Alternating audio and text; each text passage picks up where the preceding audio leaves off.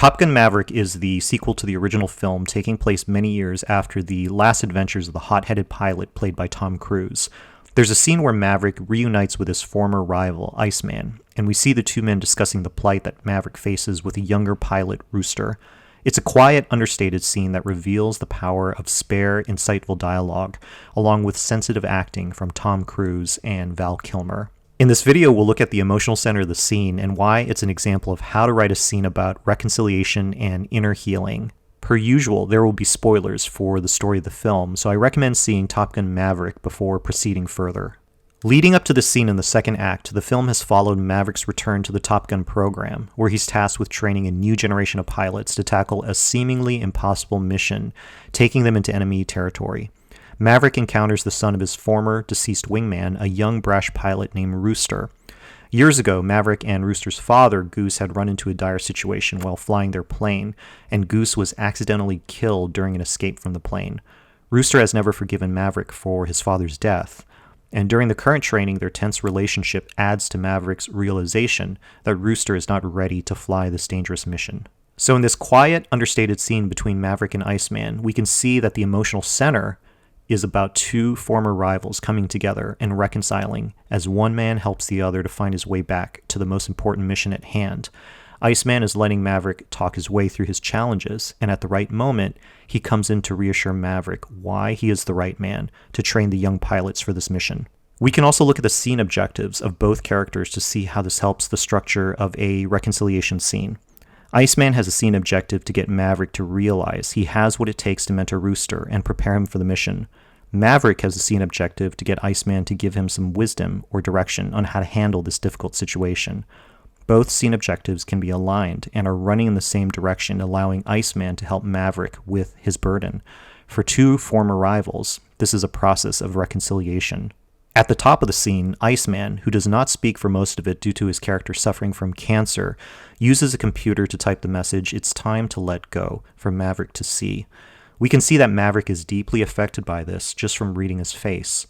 Iceman watches his friend as Maverick quietly tells him, "I don't know how." This is a highly emotional moment of confession and vulnerability.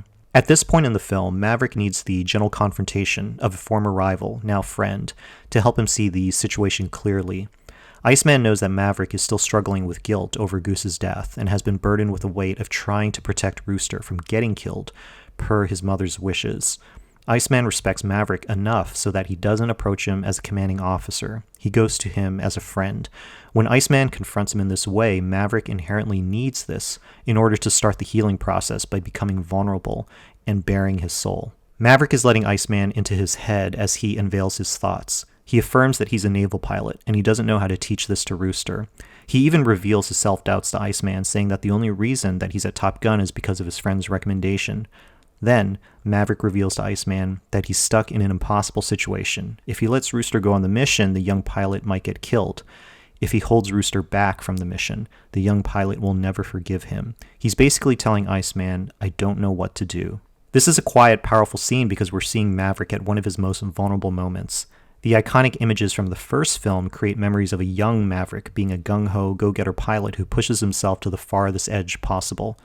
But here, Maverick is a wiser, more humbled, older man who recognizes there are consequences for his words and actions. He has the maturity to not hide behind his pride. He knows he needs to open up to his friend in order to find his way out of this impossible situation with Rooster. And that's where Iceman's dialogue is so important.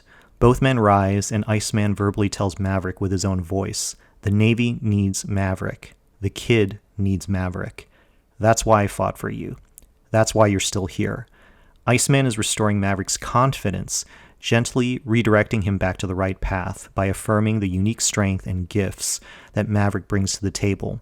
It's the kind of conversation between two men that fosters true brotherhood and masculine strength. Underneath it all, we're also seeing these two former rivals grow in their present-day friendship. It's a latent reconciliation scene for the audience as we have not seen these two characters together for many years.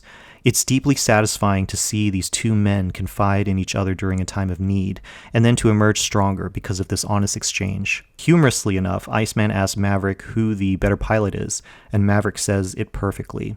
This is a nice moment. Let's not ruin it. Even two former rivals can share a good dig and a laugh at the end. Overall, the scene has very little dialogue, but it's powerful because of the rich subtext at play between the two characters. Both actors are listening and reacting to each other as the story beats and dynamics change between them, and this makes the scene refreshingly intimate and real as we watch them.